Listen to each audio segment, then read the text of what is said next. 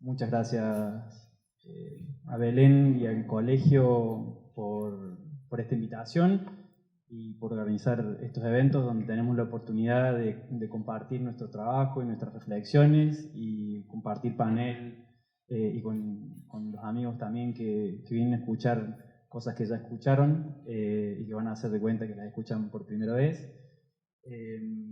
Antes de empezar, nosotros vamos a mostrar 3 obras, un conjunto de vivienda urbana y 2 conjuntos de vivienda suburbana. Una de ellas en sociedad con Valentina Machado Divo y Lucía Machado Divo, gracias a la generosa invitación que nos hicieron a participar con ellas de ese proyecto, por lo cual Vale se suma acá para contar ese último proyecto. Respondiendo un poco más específicamente a la invitación que nos hace Belén, que nos invita a mostrar la obra, pero también un poco a exhibir más o menos cuáles son las reflexiones que motorizan nuestra práctica. Nos parecía interesante comenzar con esta imagen que un poco sintetiza una primera mirada, un primer posicionamiento disciplinar. La imagen se llama El Boulevard de la Historia de la Arquitectura. Es una imagen de un arquitecto y teórico alemán que se llama Hans-Dieter Schall, que básicamente para nosotros representa esta noción, esta concepción de la arquitectura como un proceso histórico, como algo que nos precede y nos va a suceder, lo que indefectiblemente tiene un impacto en la forma en que nosotros accedemos al proyecto. Como decía Sáenz de Oiza, hacer arquitectura es como hacer remo, se avanza mirando hacia atrás, mirando hacia todo el acervo de proyectos y obras referentes, utilizándolas como material de proyecto, intentando dilucidar continuidades y discontinuidades con el presente, entendiendo cada una de las obras como la traducción de un contexto, de un momento específico, la traducción de ese contexto a través del despliegue de ciertos recursos o la visita de ciertas agendas que van concentrando la producción de arquitectura en cada momento histórico. Entonces, en ese sentido, es posible leer la arquitectura a través de la historia de la técnica, por un lado, entendiendo esta representación de que la arquitectura es la pérdida progresiva de masa de los grandes espesores murarios hasta la máxima esbeltez de todos sus elementos portantes, o tratar de entenderlo también a través de las agendas que, como decía recién, como concentraban la producción de arquitectura y producían el desarrollo interno de la disciplina. En este caso se puede ver que en un primer momento esas arquitecturas o esas agendas tenían que ver con lo ritual, con lo religioso en su mayoría, y que posteriormente, a partir específicamente de la modernidad, que fue el último gran cambio de paradigmas en la historia de la arquitectura, junto con la transformación o la innovación de tecnologías constructivas y el cambio en la concepción del espacio, también se produce un reenfoque de estas agendas específicamente haciendo foco sobre la producción de vivienda, sobre vivienda colectiva y sobre vivienda agrupada, que es lo que es una de las agendas que persiste hasta el presente y que hoy nosotros particularmente venimos a contar. Por otro lado, y para cerrar esta reflexión con respecto a esta imagen, nos resulta particularmente interesante porque exhibe cierta condición urbana, como este tejido conformado por una serie de edificios u obras de distinto tiempo, articulado, enlazadas por una calle, el espacio público por antonomasia, que es la extensión física y cultural de todo aquello que sucede intramuros, ¿no? Y en ese sentido creemos que la importancia de la reflexión sobre lo colectivo en la arquitectura reside en interpelar esos límites entre lo público y lo privado, como lo hacen estos dos artistas. La fotografía pertenece a un artista norteamericano que se llama Spencer Tunick, que hace estos desnudos masivos en espacios públicos, y a la derecha la obra del artista argentino Guillermo Cuitca, donde representa mapas de ciudades en colchones, como superponiendo o concentrando en un solo objeto el territorio de uno, de lo privado, y el territorio de todos, que es lo público. En esta revisión que hacemos para develar un poco cuáles son los intereses o cuáles son las preocupaciones que tenemos como estudio, nos aparece como esta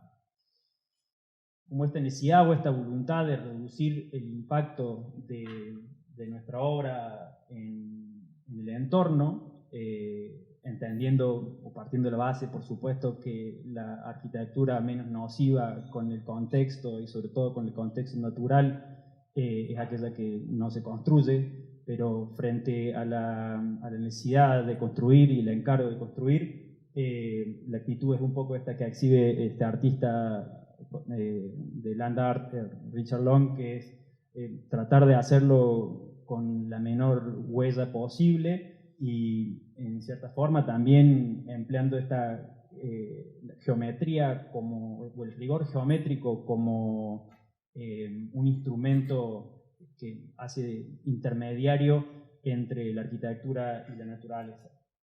Y para cerrar toda esta introducción, bueno, sintetizando, es un poco la incorporación de estos patios que van a ver a lo largo de nuestra obra como articuladores entre interior y exterior, como amortiguadores de esas dos esferas, como traducciones, como esa cámara oscura, traducciones a escalas del paisaje exterior, como esta domesticación del paisaje, como se ve en la obra del artista cordobés Manuel Coll, que representa estos paisajes en persianas de una casa. La primera obra que le vamos a mostrar es una vivienda agrupada en Jesús María. Jesús María es una ciudad de escala relativamente media, de baja densidad, que se caracteriza por un tejido, una ocupación de una vivienda por lote. En nuestro caso nos toca construir 4 viviendas de 130 metros cuadrados cada una, en un lote de 420 metros cuadrados en la esquina, que tiene como un leve desnivel en el sentido norte-sur, hacia el río, digamos, que atraviesa toda la ciudad.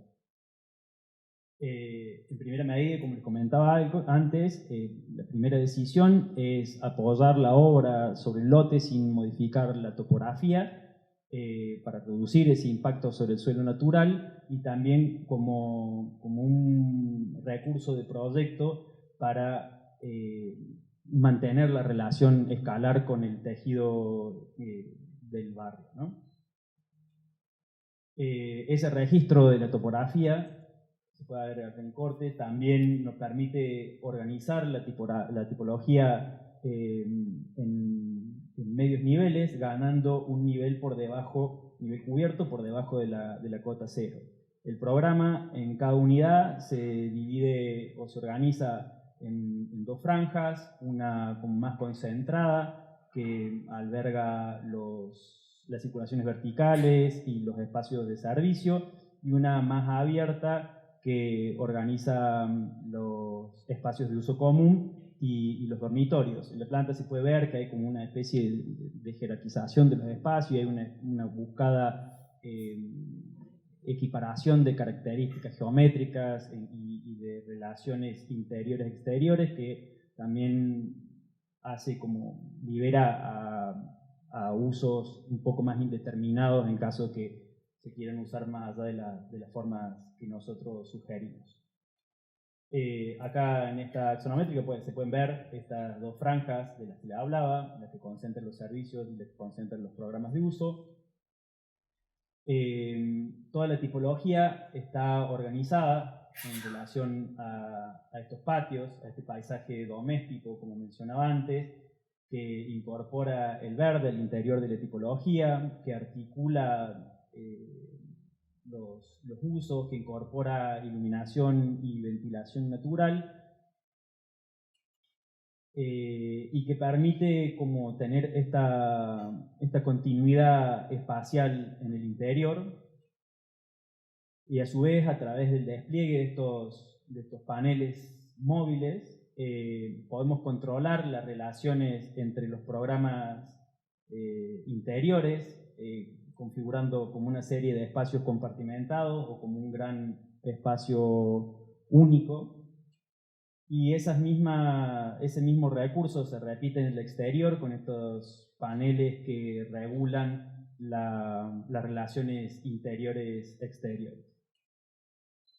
En cuanto a las expansiones, en el desnivel ganamos este espacio de acceso a cocheras, que también son como un espacio que tiene la misma métrica que las habitaciones superiores, puede ser utilizado de otra forma, esto puede ser como una expansión, sobre la que vuelan terrazas privadas como extensión del interior de cada unidad. Frente a lo constructivo, nuestra lógica es el despliegue mínimo de los recursos. No nos interesa la emancipación del detalle como tema en la arquitectura, sino la resolución dentro de todo más simple de un problema, y sobre todo la repetición de una solución. En definitiva, este corte es el que se repite a lo largo de todo el edificio como detalle único. Bueno, esta es la imagen exterior del conjunto. Un poco se pueden ver cómo se traslucen los interiores, cómo se controla esa relación interior-exterior y cómo se pueden percibir como tres escalas, ¿no? La escala del conjunto, la escala de la unidad y después la escala de los dos programas.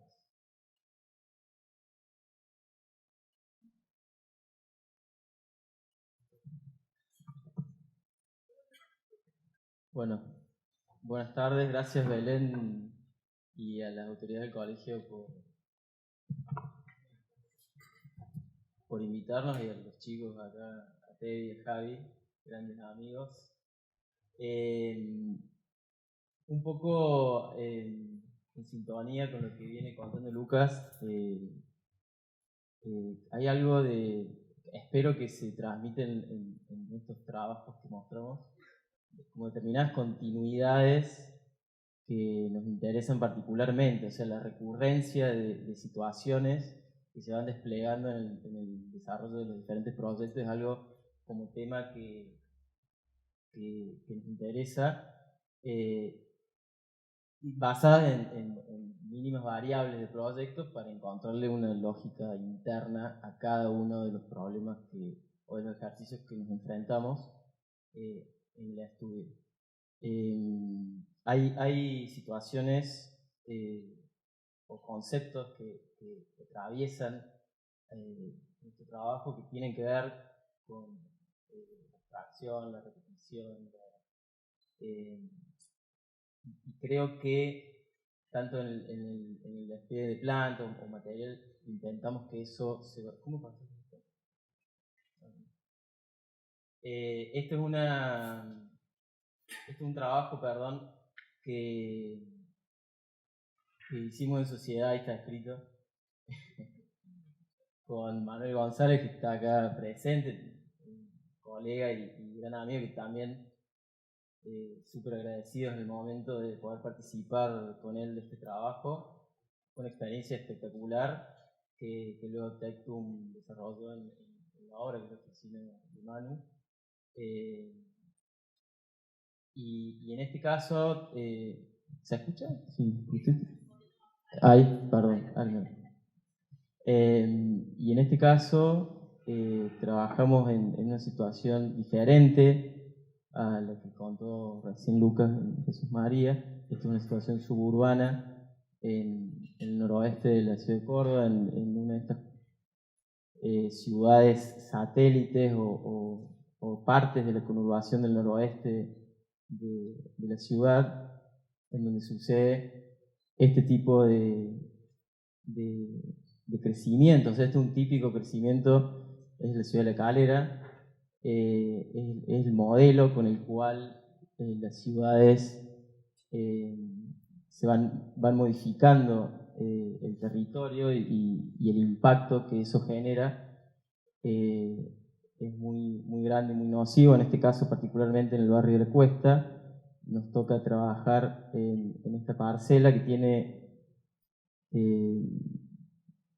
una particularidad bastante llamativa, que es una cantera, es toda esta porción de territorio, y es un lote que tiene 2.500 metros, en el cual casi un tercio o un poquito más está por encima de la cantera. Entonces nos encontramos con una superficie de uso un poquito mayor de la mitad del terreno para desarrollar, en este caso, un conjunto de 6 unidades de vivienda, que el requerimiento es aproximadamente un promedio de 150 metros cuadrados por unidad de vivienda. Frente a esta lógica de crecimiento o de apropiación de los lotes, de manera como de repetición de viviendas individuales, en nuestro caso nos interesaba la posibilidad de hacer un ensayo de agrupamiento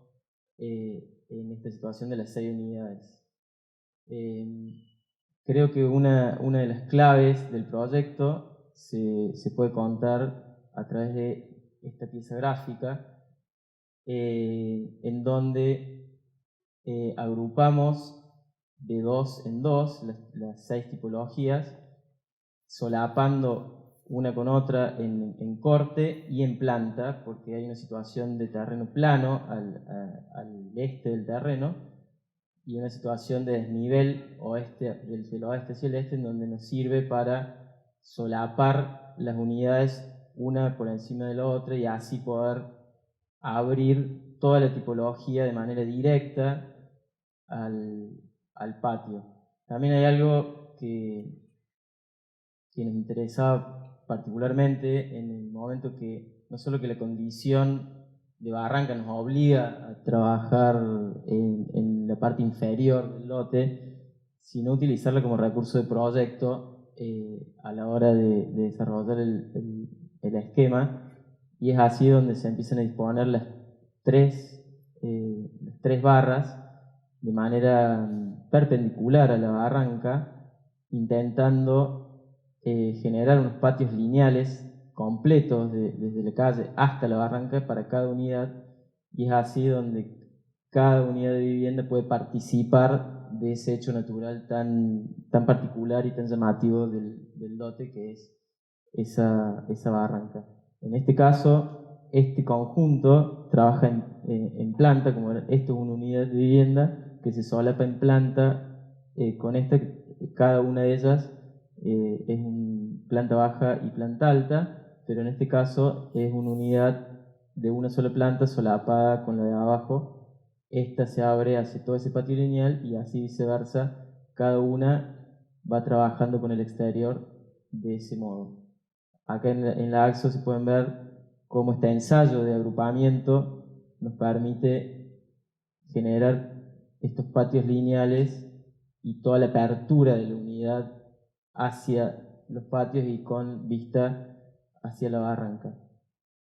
Bueno, en esta imagen se puede ver también lo que conversábamos, esa cuestión como de agrupamiento y de abstracción y de repetición, escaparnos de la forma o de la entidad formal y el valor que puede tener eso que no nos interesaba, simplemente el agrupamiento, la disposición y el menor impacto posible en la modificación de ese territorio. Luego, hacia la calle, intentamos generar estos vacíos que son los los ingresos de la cochera y luego estos límites que ya uno ya ingresa a cada unidad al territorio privado. Estas son las otras cuestiones que tienen que ver con el contacto de la piedra, la selección material de todo este conjunto, la idea del ladrillo visto en este caso, que no está pintado como el proyecto anterior, tiene que ver con esta relación directa y ese contacto con esa piedra que tiene una condición rojiza bastante particular. Y esta es la situación que buscábamos y nos interesaba, ese remate por parte de cada uno de los patios de las unidades contra estas barrancas, esta condición súper primitiva de la piedra. Y estas son las condiciones interiores con esa relación directa entre el paisaje natural y el paisaje artificial.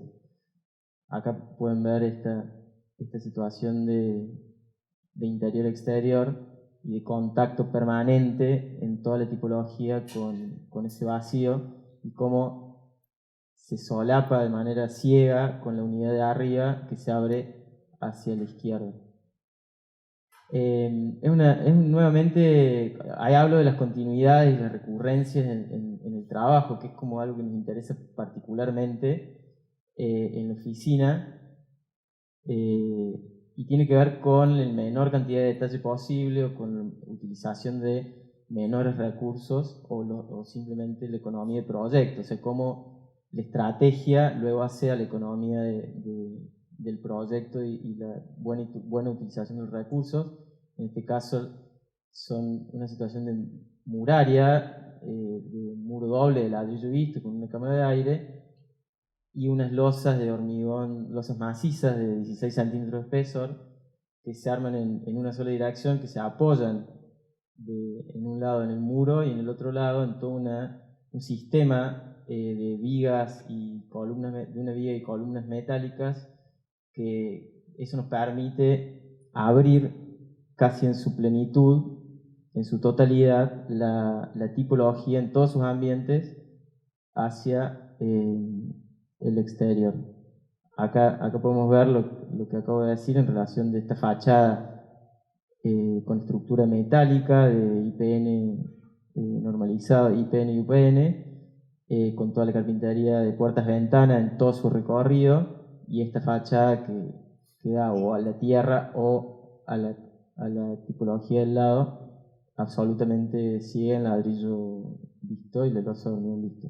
En este caso los núcleos y los cerramientos interiores no son portantes, es una planta pabellón que se va dividiendo, se estructura con un cerramiento, en este caso de mampostería de ladrillo de bloque revestida con yeso.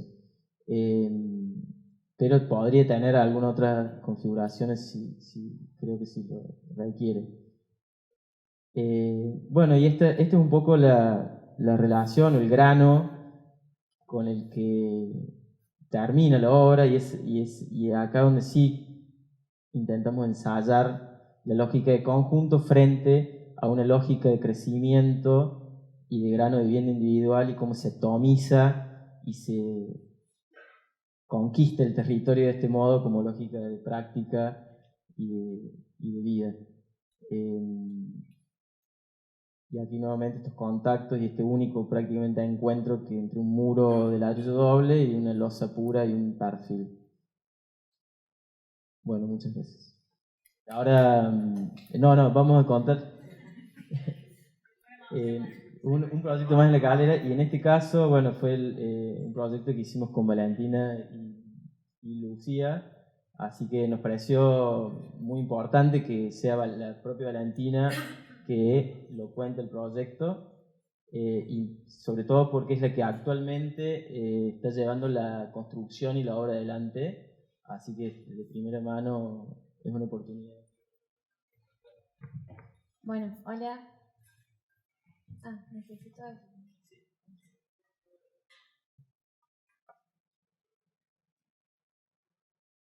Bueno, este proyecto, que se llama Casas 14x14, también se encuentra ubicado en La Calera, al noroeste de Córdoba, en el mismo barrio donde se emplazan las viviendas que acaban de mostrar los chicos.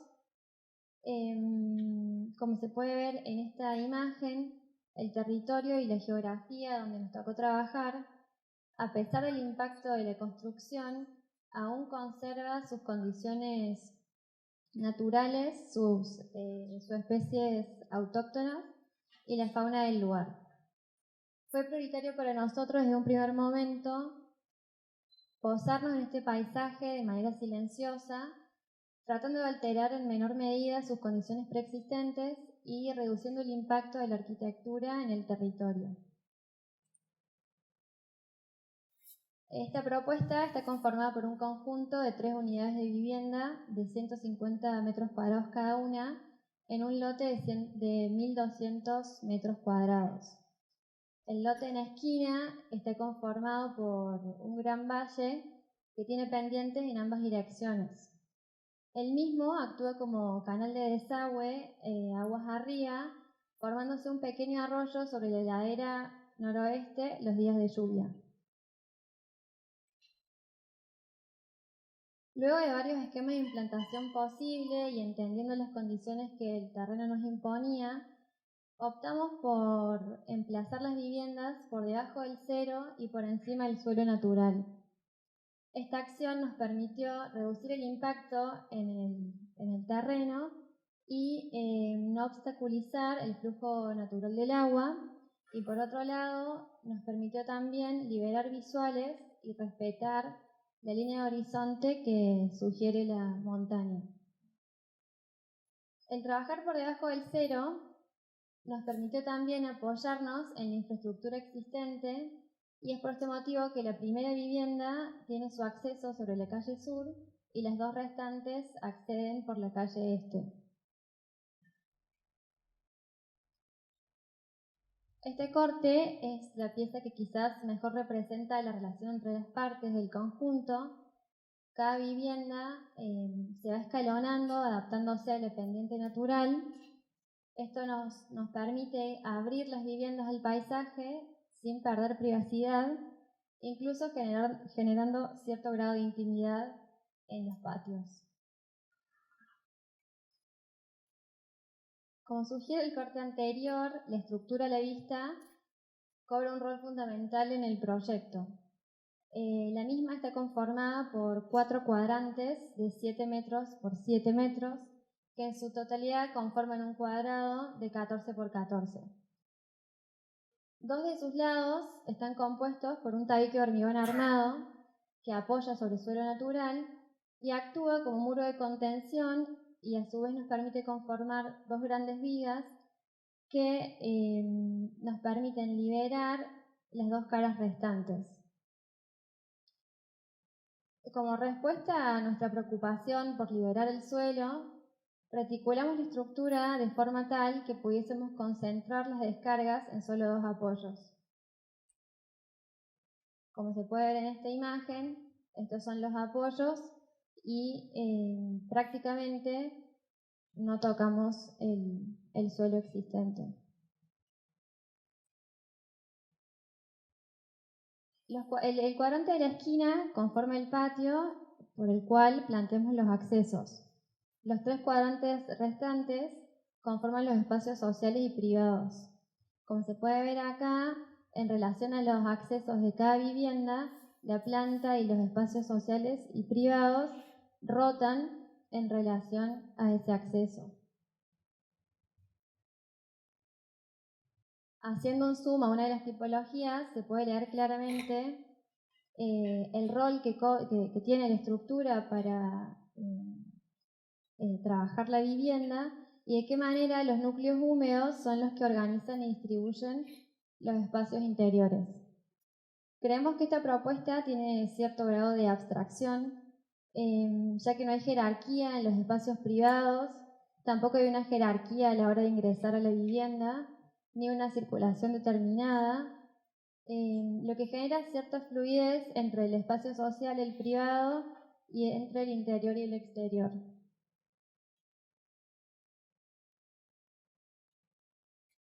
Para cerrar, creemos que estas acciones de proyecto que hemos ido tomando crean distintas escalas de proximidad o de contacto con el exterior. Este patio de acceso, que es un patio contenido, tiene una escala más doméstica y nos permite vincularlos con el exterior a través del cielo. Y luego, cuando uno ingresa a la vivienda, estos grandes ventanales que abren a la ladera nos permiten tomar noción de la magnitud del paisaje donde estamos insertos. Estamos con Javi acá al frente, pero en el estudio somos un equipo, por ahí están Franco y Valentín también, así que bueno, que trabajamos en conjunto siempre. Y bueno, nos parece siempre interesante a la hora de mostrar nuestro trabajo, de mostrar algunos proyectos, contar cuáles son los intereses que hay por detrás de esos proyectos, en qué pensamos y en qué estamos pensando en el estudio, qué cosas nos interesan a partir de las cuales surgen esos procesos de proyecto. Este es un gráfico que hicieron Charles y Ray Eames en el 69, si no me equivoco, para una muestra en el Museo de Arte Decorativo en el Louvre, que era una especie de congreso o una reunión sobre diseño, y en realidad este dibujo lo hacen los Eames para explicar a una pregunta de alguien del público que les dice, bueno, ¿cómo es su proceso de diseño? ¿Qué es el diseño para ustedes? Pregunta difícil de responder y que ellos magistralmente con este dibujo que a priori se ve medio complejo, creo que lo explican con mucha claridad. Ellos dicen, acá lo resumo rápidamente, dice, bueno, por ejemplo, esta forma que está ahí puede representar los intereses que tenemos nosotros como arquitectos. Esta otra forma representa los intereses de la sociedad en su conjunto. Podría decir uno traducirlo como los intereses de la ciudad, los intereses del paisaje, del territorio. Y esto que está acá podrían ser los intereses del cliente, dicen los Eames. Entonces los Eames tachan en negro esta parte donde se solapan estos tres intereses y dicen, bueno, en esta área donde se cruzan esos tres intereses es donde se puede trabajar, donde nosotros trabajamos con más entusiasmo, con más ganas y con más creatividad a la hora de desarrollar y encarar un proceso de proyecto. Y nosotros, si se quiere haciendo alguna analogía y pensando para contarles a ustedes, bueno, cuáles son esos intereses que van recorriendo algunos de nuestros proyectos. Bueno, obviamente hay muchos, estamos desde 2010 con Javi trabajando y haciendo varios proyectos, pero notamos que hay estas tres constantes o estos tres intereses que se empiezan a repetir en la mayoría de los proyectos. En algunos con más intensidad uno, con menos intensidad otro, pero siempre están estos tres intereses presentes, que son arquitectura, el territorio y la construcción. La arquitectura parecería como obvio tomarlo como interés, claro, somos arquitectos, pero ahí nos referimos un poco como decía Lucas también al principio, en la visión disciplinar de la arquitectura, es decir, en la arquitectura como disciplina, donde tratamos siempre de estar en este proceso de aprendizaje de lo que la historia tiene para enseñarnos y de lo que otros proyectos que sucedieron antes que nosotros tienen para enseñarnos. Entonces siempre estamos conociendo a algún nuevo arquitecto, siempre estamos descubriendo proyectos que no conocíamos, siempre estamos con algún tema en la cabeza que surgen de comprender alguna arquitectura anterior a nosotros que nos está enseñando algo en ese momento. Otro de estos intereses es de hecho el territorio, quizá entendido más como ciudad, a veces como paisaje, porque siempre nos toca intervenir en un territorio y nos parece interesante en el estudio que los proyectos que podemos hacer puedan proponer algo más que solo ser un lindo objeto, sino que puedan interactuar de manera positiva con la ciudad. Es decir, sentimos a veces un poco la responsabilidad de, a través de ese proyecto, proponer algo que quizá nadie nos lo pidió, pero que sí, si se quiere, parafraseando los Eames, serían esos intereses de la sociedad. Nosotros lo leemos como los intereses de la ciudad o del territorio, y que deberíamos poder responder, aunque sea con una pequeña casa o con un conjunto muy grande, a esos intereses también. Y otro de esa rama de intereses que siempre está presente en algunos de estos proyectos es la construcción, que lo entendemos como eso que hace que esas ideas o que esas intenciones se hagan reales y se hagan posibles. La construcción como sistema material, como sistemas estructurales, pero también como la construcción como sistema, digamos, como sistema formal y también como marco de posibilidades económicas. Es decir, insertarnos en una realidad económica, material, constructiva, local, para que esas intenciones que tenemos por detrás se puedan materializar y puedan llegar a concretarse. Entonces, si tuviéramos que comparar en ese dibujo que mostrábamos de los BIMs, bueno, estos tres intereses de alguna manera se empiezan a solapar y es también en el lugar donde esos tres intereses se cruzan, donde surgen las oportunidades para nosotros de explorar un nuevo proyecto. Vamos a mostrar ahora tres proyectos que son tres proyectos que tienen en común, son de distintos tamaños, están en distintos lugares de la ciudad, pero tienen en común que son conjuntos comerciales. Quiere decir que entonces a este trigo de intereses se le suma otro más que sí puede ser el interés del cliente, como decían los BIMs, que es alguien que te encarga estas cosas, en este caso oficinas, un centro comercial, un conjunto de viviendas, que quiere hacer un negocio con eso. ¿Cómo hacemos conciliar eso con estos otros intereses? Y bueno, logramos superponerlos y ver en qué puntos se pueden cruzar y podemos generar un proceso de proyecto a partir de la superposición de estos distintos intereses que nombramos.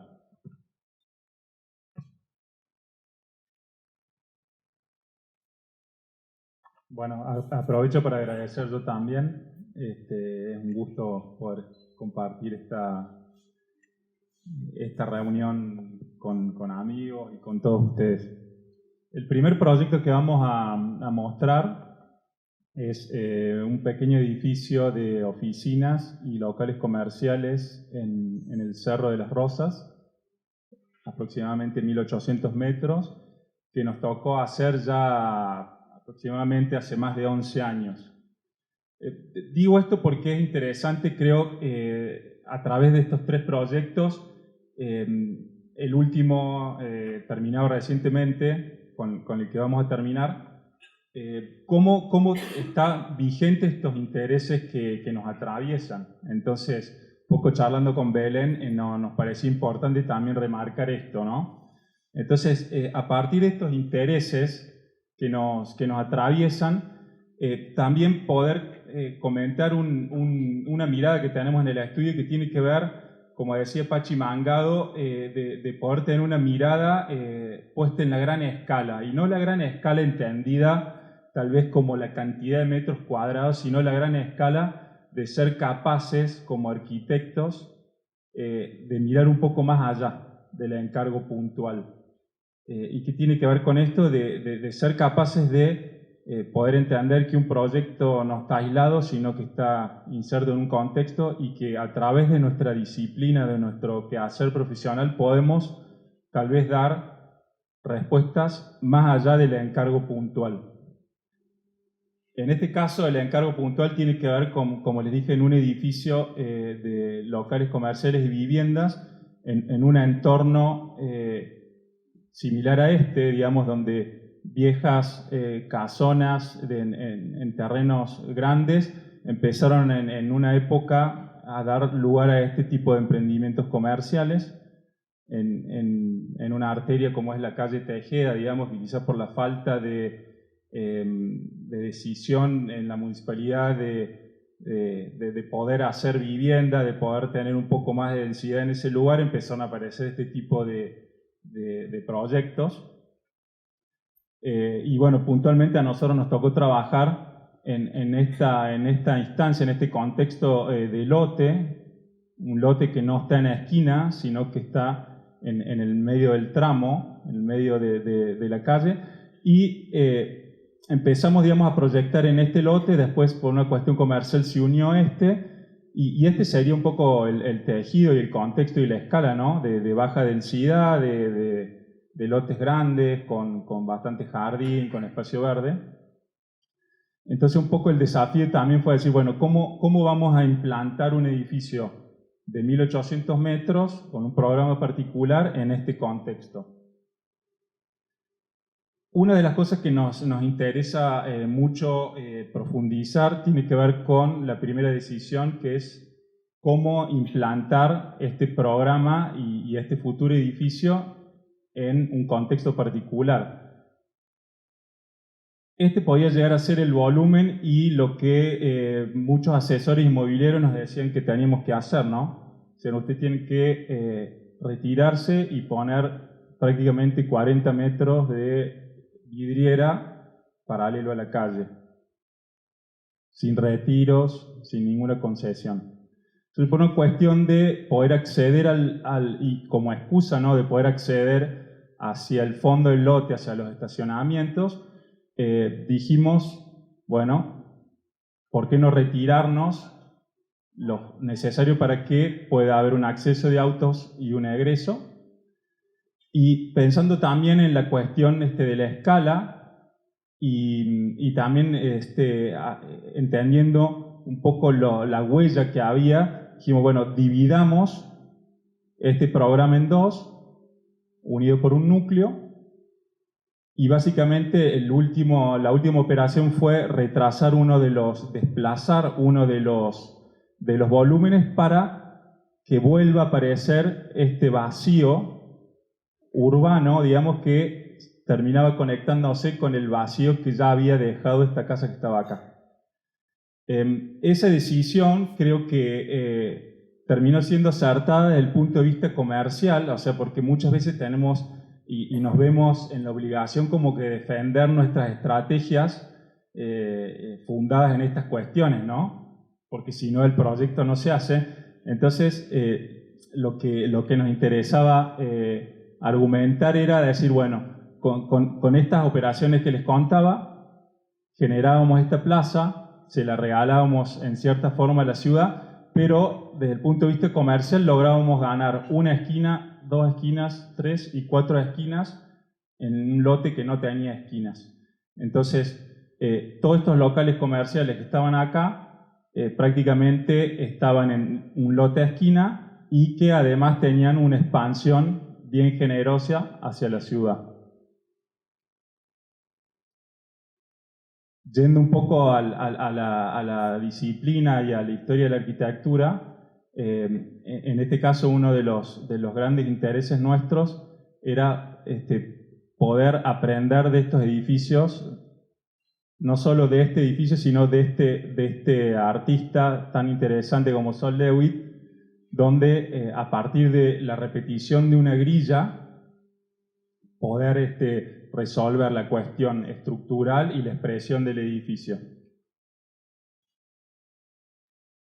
A priori, uno creería que disponer de una estructura que parece rígida en un comienzo nos permitió mucha flexibilidad a la hora de rearmar y organizar las plantas, digamos, y más sabiendo que esto es un programa que por lo general unifica,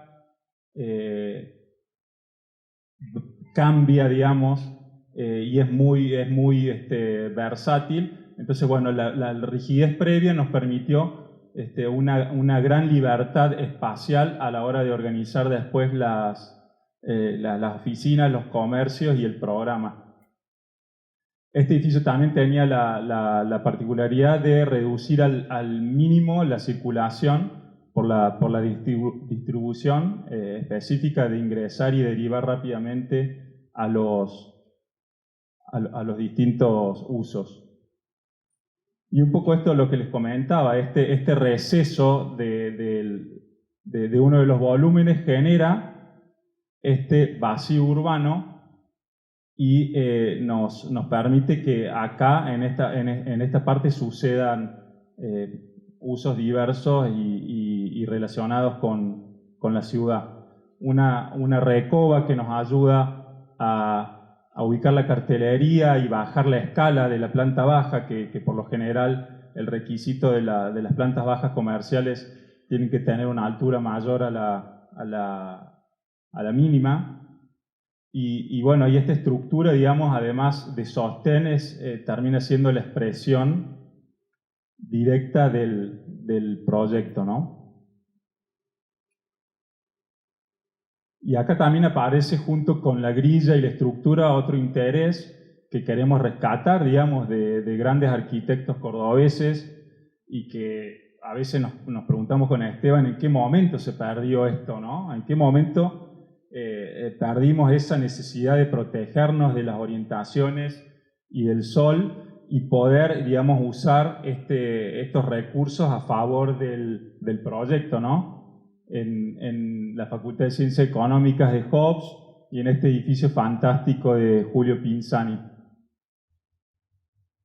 Y a partir de eso también usar este recurso del parasol, de la protección solar junto con la estructura, digamos, como la expresión final, digamos, de lo que queríamos mostrar. Y bueno, y esto nos parece algo interesante porque, bueno, cada uso, cada propietario, cada inquilino empieza a modificar cada una de las fachadas y de cierta manera en un edificio que parece estático como que toma vida y movimiento.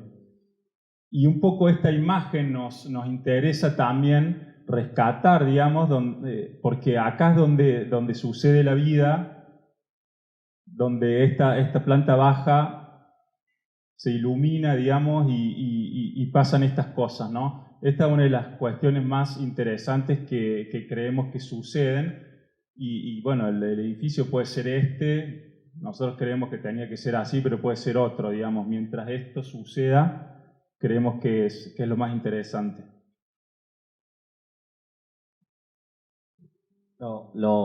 Estos emprendimientos comerciales que llegan a veces como encargos al estudio, siempre llegan como con prejuicios de parte de quien te los encarga, o preconceptos, digamos, más que prejuicios, que por lo general siempre a veces son estar como motivados por los mismos inmobiliarios, que son los que vendieron el lote y le dicen al cliente, bueno, anda, contrata un estudio de arquitectura. En este caso nos llamaron para hacer un strip mall, era lo que nos pedían. Nos pusimos a investigar qué era un strip mall porque no conocíamos, y parece que era una tipología muy... donde uno hace un gran estacionamiento y llega con el auto, se baja del auto y entra directamente a comprar algo, lo más rápido posible uno se sube al auto y vuelve a la autopista por la cual llegó. Eso un poco nos pidieron hace unos años, en el 2017, para hacer un centro comercial en la zona de Valle Escondido. Entonces empezamos a hacer este ejercicio de cruce de intereses del que hablábamos al principio, ¿no? De decir, bueno, el cliente tiene estas necesidades o esto que nos está pidiendo. Ahora, la ciudad o el territorio puede llegar a tener otras necesidades. ¿En qué punto las podemos solapar y podemos generar un proyecto a partir de ahí? Y empezamos a leer el territorio como estos lugares medio anodinos que está lleno. Esta foto es de Córdoba, pero podría ser de cualquier suburbio, de cualquier ciudad de la Argentina, porque la verdad son todos iguales. La densidad es parecida, las construcciones son iguales. Y veíamos que tenía como característica esta especie de exceso de espacio vacío, porque el vacío es lo que sobra en realidad ahí, pero de falta de espacios de encuentro, o sea, falta de espacios con identidad, con carácter. Era como una paradoja, ¿no? Y también superponíamos esta otra capa de intereses, que siempre mirar lo que pasó antes, un poco la historia y leer qué pasa en nuestra ciudad, y veíamos que si hay un lugar de encuentro, de referencia o cargado de significado por antonomasia en Córdoba o en cualquier ciudad de fundación de este tipo como tenemos en Argentina, es la plaza del centro. En este caso la plaza se da porque dentro de este damero de llenos se decidió dejar un módulo vacío, y en ese módulo vacío al principio no había nada, había solo un piso, y en ese piso pasaban un montón de cosas, desde comerciar hasta hacer política o reunirse para vaya a saber cualquier cosa. Entonces nos parecía que podía ser interesante empezar a llevar un poco de esta urbanidad que nuestras ciudades siempre tuvieron a estos suburbios que carecen totalmente de urbanidad y de estos espacios con significado, con excusas para el encuentro. Ahora el desafío acá en este centro comercial es que tenemos que construir 2.000 metros, cumplir con las exigencias de metros, de locales comerciales, cantidad de locales, etc. Es decir, bueno, acá quizá no se trata de sacar un módulo para generar el vacío es lo que sobra. Quizá tenemos que conformar el edificio de manera tal que ese vacío que ya estaba ahí aparezca con otro significado. Entonces en la manera de implantar este centro comercial empezó como a enroscarse sobre sí mismo, armando o como construyendo, donde antes había solo un vacío, empezar a construir una plaza, es decir, un lugar que pueda tener más significado que ese vacío. Entonces empezamos a unir, el centro comercial iba a estar compuesto por tres naves separadas, distintas, cada una con sus requisitos, dobles alturas, lo que te pedían los comercios, pero esas tres naves iban a estar unidas o vinculadas entre sí por un elemento menor, más bajo, que era una recoba, que las vinculaba y que terminaba de conformar esta plaza. Ahora esta recoba acá medio que se estrecha y genera como un ingreso, se bajan unos escalones para llegar a esta plaza, con este objetivo de que cuando vos ingresas ahí sientas que estás en un lugar distinto a todo el vacío en el que estabas anteriormente. La estructura se construyó con estructuras premoldeadas. Nos interesaba meter en este otro layer de la cuestión constructiva, de cómo se solapa. Decíamos, bueno, en estos emprendimientos comerciales trabajar con una estructura prefabricada optimiza tiempo, está bien. Nos parecía interesante que eso se podía mostrar y empezar a ser una expresión y no necesariamente ocultarla o esconderla. Pero también trabajar desde la lógica de esas estructuras premoldeadas, que tienen módulos muy rígidos, que no se pueden cambiar, que los paneles de techo vienen de tantos metros, que las vigas son así, vienen de medidas que uno tiene que elegir, que no se puede hacer cualquier cosa. Sin embargo, eso, lejos de ser un limitante, terminó siendo como una apertura de posibilidades, porque empezó como a regular, a modular, a ponerle una métrica a todo el resto de los elementos, a la recoba metálica que los iba a unir, a las alturas, a lo que iba a pasar en el jardín, en la plaza esta del medio. Entonces, lejos de esconder, que es lo que se suele hacer con estas estructuras, porque a veces no nos gustan de revestirlas, taparlas, dijimos no, la mantengamos, que mantenga su nobleza, su espíritu, su cuestión industrializada, pero sí nos empecemos a proteger del sol, a generar mallas que permitan tener un vidrio protegido de las orientaciones, empieza a modular en base a la modulación que ya viene de la estructura dada, la recoba, que empieza a existir pero con la mitad de la altura de la nave, porque estas naves tienen un problema de escala también cuando te acercas a ellas. Y en esta secuencia se empezó a entender la construcción de este conjunto. Y acá de vuelta lo recurrente, ¿no? Esta estructura, este sistema constructivo que también se complementa con otro sistema, ¿no? Que le da mucho más, menor escala, más domesticidad, donde permite que la gente que va recorriendo los comercios, digamos, se sienta más a gusto. Y cómo esta estructura, digamos, tan rígida a priori, este premoldeado, que en realidad es un sistema tan interesante, siempre se deja entrever en lo que sucede por detrás, ¿no? Y de vuelta aparece el interés por protegerse del sol, por el detalle. Y cómo en esta imagen es interesante ver esto, esta recoba, tal vez este sistema secundario que termina de atar y de dar escala mucho más humana al complejo, y cómo todo lo que sucede por detrás es la excusa tal vez de darle sentido al vacío, ¿no? Y bueno, y todo lo que aparece en el medio tiene que ver con esto que contaba Esteban prácticamente de la ciudad, ¿no? Del espacio urbano por excelencia, un espacio que en estos lugares falta y está olvidado. Después de hacer este proyecto, llegamos a una cita de un sociólogo americano de los 60 más o menos, Lewis Mumford, que decía que el desafío del suburbio ya en aquella época era poder cambiar espacios biológicos por espacios sociales. Y tal vez sin querer o queriendo, digamos, este proyecto se convirtió en eso, digamos, en un lugar de encuentro social y de interacción más allá del comercio. Y de vuelta, la presencia de esta idea de la gran escala, de pensar más allá del proyecto, o sea, ir mucho más allá, por el mismo precio. Ir mucho más allá por el mismo precio. Y creemos que es una gran responsabilidad que tenemos los arquitectos. Por eso tratamos no solo de llevarlo adelante, sino de fomentarlo, digamos, con nuestros alumnos, digamos, con nuestros colegas, porque creemos que estamos capacitados y que debemos hacerlo. Bueno, y ahora sí, para ir terminando, queríamos cerrar con este proyecto que es tan reciente que todavía no está terminado. Le faltan están algunas de las casas en obra. En este caso se nos plantea un conjunto de viviendas, 21 casas en un sector en la zona sur de la ciudad, que terminan siendo más o menos unos 3.000 metros. También viene un poco el encargo, siempre viene cargado con estos nombres preestablecidos. Esto es un housing y el inversor ya sabe más o menos cómo debe ser un housing. Son pequeñas casitas en 2 plantas muy chiquitas que se repiten 21 veces, todas iguales. Bueno, ¿cómo poder hacer este trabajo de cambiar esa lógica? Bueno, fue un trabajo que fuimos haciendo con el cliente y que se fue dando de manera natural. Y creo que este solapar la historia, la arquitectura, la disciplina nos ayudó a nosotros también a salirnos de lo preestablecido, del preconcepto de lo que debe ser un housing. Este es el lote donde se nos encarga este conjunto de 21 viviendas.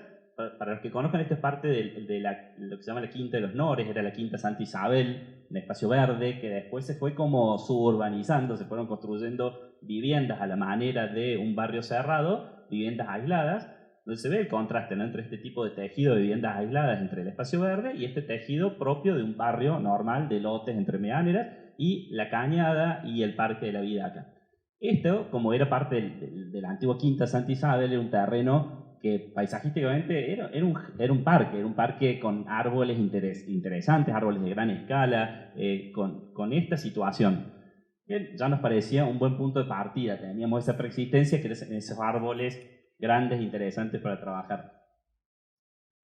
En esto de siempre como revisitar la historia de la arquitectura, siempre estás pensando como en temas, ¿no? Y el tema de la casa-patio, que es un tema súper trabajado a lo largo del siglo XX, de toda la historia de la arquitectura, que nos interesó particularmente acá en este housing, pensando que el housing podía ser más que unas pequeñas cajitas de 2 plantas puestas y repetidas en el terreno.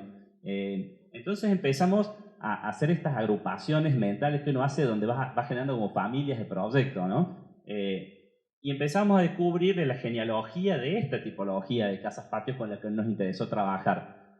Primero la había arrancado Jacobsen para el Hansa Viertel en Berlín, esta tipología de casa donde iba a asociar un grupo de casas todas de planta baja, bien horizontales, había una sola planta, entonces el patio aparece como un elemento central para organizar esa tipología que iba a expandirse en horizontal. Con la particularidad además de esta vivienda que él plantea ingresar por el bloque de los dormitorios y no por el bloque del living. Unos años más tarde, Jacobsen se le da la oportunidad de construir eso en un emprendimiento que está en Copenhague, que tiene una barra de vivienda colectiva atrás y estas viviendas agrupadas adelante, donde además hace interactuar estas casas patio, que básicamente son estas mismas que había hecho antes, y les agrega este módulo de cochera y estos muros que empiezan a salir por debajo de la losa y que van como pautando cada unidad. Como 30 o 40 años, no, 30 y pico años más tarde, Souto de Moura empieza a ser como continuador de esta familia de casas patio que había trabajado Jacobsen cuando hace el conjunto en Matosinhos. Si uno ve la planta, está dividida en zona de dormitorios, el patio, y zona pública. Uno ingresa a través de la zona de dormitorios, atraviesa por el costado del patio, tiene el patio al final. Y sobre esto, Souto da un paso más, que es empezar a alternar las viviendas, es decir, a cruzarlas entre sí, porque se tenía que adaptar a un terreno, en este caso, mucho más irregular que el que estaba usando Jacobsen. Entonces eso significó para nosotros un aprendizaje que nos pareció que valía la pena superponerlo a lo que nos pedía el cliente, el inmobiliario, a lo que el sitio nos estaba diciendo, y empezamos a hacer estas exploraciones en pequeñas maquetas como muy abstractas, pero donde ya teníamos esta intención de que el conjunto sea una cosa totalmente horizontal, en planta baja, que sean casas patio, de alguna manera continuadoras de esa tradición, y que empiecen a alternarse también para un lado y para el otro, es decir, que las casas no estén en hilera totalmente alineadas, porque nos parecía valioso empezar a romper esa linealidad de una calle central de acceso y que esa calle empiece a expandirse, a dilatarse a derecha y izquierda, generando estos pequeños ámbitos de vida en común o más colectivos. Eso también se tuvo que contrastar con que el terreno no era plano, entonces hacer estas tiras larguísimas de un montón de metros en un terreno que tiene su desnivel no iba a ser tan fácil, pero de ahí surge también que la altura de la viga que va armando estas tiras de losas iba a ser la medida del escalonamiento, es decir, la medida en la cual una losa iba a bajar respecto a la otra para que esto, a la manera de un tapiz, se vaya como acomodando a las diferencias de nivel que tenía el terreno. Entonces aparecen las tipologías de estas casas como patio, donde si vemos las vigas que van apoyándose sobre los muros, se van escalonando y lo que se escalona es la altura de la viga, que era 60 centímetros, que gracias a los astros quedó que más o menos quedaba con la topografía y con el desnivel que el terreno tenía. Entonces se fue como encajando todo, digamos. Y las tipologías las tipologías son dos tipologías distintas, tipologías de 2 dormitorios, de 3. Las de 3 son las que están desplazadas hacia adelante y las de 2 son las que están desplazadas hacia atrás. Pero empiezan a compartir estas como crujías que empiezan a repetirse y estirarse.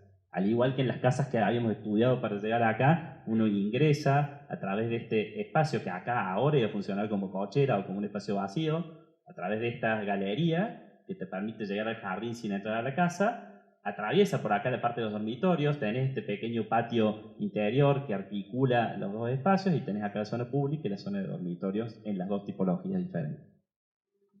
Y la cuestión constructiva acá también se superpuso para generar este proyecto. Nos parecía interesante empezar a racionalizar la construcción de esto y hacer una cuestión mixta, siempre a lo cordobés, digamos, que no es ni 100% racionalizado, pero tampoco es tan artesanal. Entonces nos parecía que está bueno poder mezclar estas dos cuestiones. Entonces teníamos la repetición de estos muros paralelos que están todos a la misma distancia, que son muros portantes de ladrillo, doble muro, ladrillo a la vista, etc. Estas vigas de hormigón in situ, que son vigas con esta forma de L, que estaban preparadas para después recibir unas piezas de hormigón premoldeado, que todas tienen la misma medida, entonces eso ayudaba en un conjunto de 21 casas a irlo como haciendo en serie, y entonces estas losas se iban construyendo casi en tira. Ya casi acá no se entendía la obra como la obra de casa por casa, sino como la obra de una tira que era todo un conjunto. Entonces se empezaba a perder, que era una cosa que buscamos también desde el proyecto, la unidad de la casa, sino la lectura de este tapiz continuo y más como conjunto. Bueno, y para ir terminando así rápidamente, vamos a mostrarle un par de fotos. Tevi contaba de la complejidad, digamos, de poder insertar este conjunto en un lote que a priori parecía plano, ¿no? Pero en realidad este lote tiene casi 160 metros de largo y de este vértice al vértice opuesto, cerca de la cañada, baja más de 4 metros. Entonces, eso sí verdaderamente fue un desafío porque no es lo mismo empezar a insertar casa por casa que tener que hacer como un sistema, ¿no? Y un sistema que está atado con esta lógica, ¿no? Con descensos cada 60 centímetros. Entonces nos gusta mucho esta foto porque en realidad es esta arquitectura blanca, bien horizontal, que se contrapone a todo este paisaje, ¿no? Entonces, la arquitectura, de cierta forma, deja entrever todo este potencial paisajístico que tenía el lugar y que además empieza, de alguna manera, a descubrir qué pasa por detrás, digamos, con estas losas. Hay una mirada de conjunto, pero sin dejar de lado la unidad también, ¿no?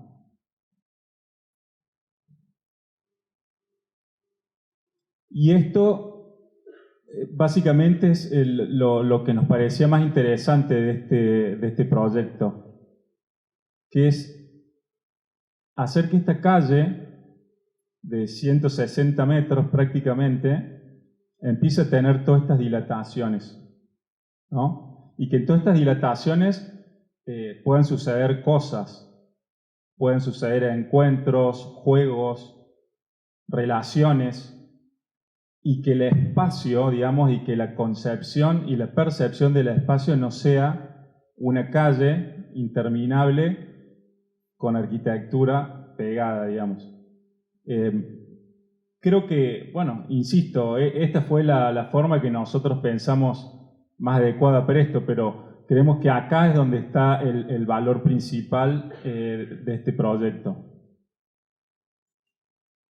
Y un poco en esta foto nos interesa mucho ver esto, ¿no? Esta transición entre el espacio privado de uso común y esta sucesión de patios. El primero, un espacio de uso de cochera, el segundo patio, y allá al fondo el tercero, ¿no? Como una especie de sucesión de gradientes desde lo más público a lo más privado. Y siempre la arquitectura también como abstracción y como recorte, ¿no? del paisaje. Y empiezan a aparecer, bueno, estos espacios interesantes donde pueden tener múltiples usos y donde el verde está presente. También el tema de los filtros, ¿no? O sea, un primer filtro de reja que en algún momento será verde. Estas habitaciones que abren hacia ese espacio más controlado, una protección solar también que da privacidad y control, digamos, de lo que sucede con el clima, da lugares bastante agradables, y esta arquitectura, digamos, muy tradicional nuestra, ¿no? de texturas, hormigón, ladrillo, y no mucho más. Y acá la unidad, pero siempre presente y puesta la mirada en el conjunto.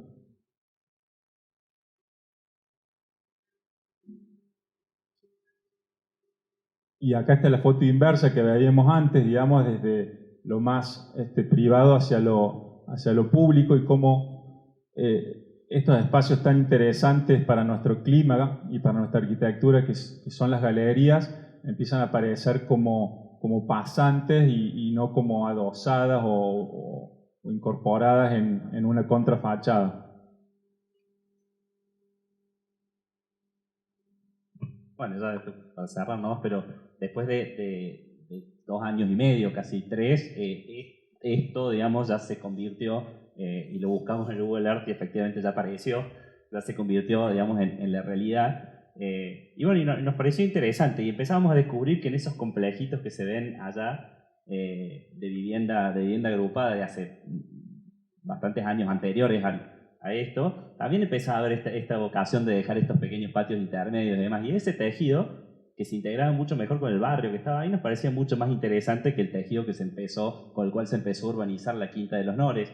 Y nos da gusto cuando nos encontramos que Google Earth ya registra la obra, ver que esto empieza a tener más que ver con ese otro tejido que con este tejido de abajo. Bueno, y en esa búsqueda, digamos, seguimos. Así que bueno, de eso un poco se trata. Así que muchas gracias.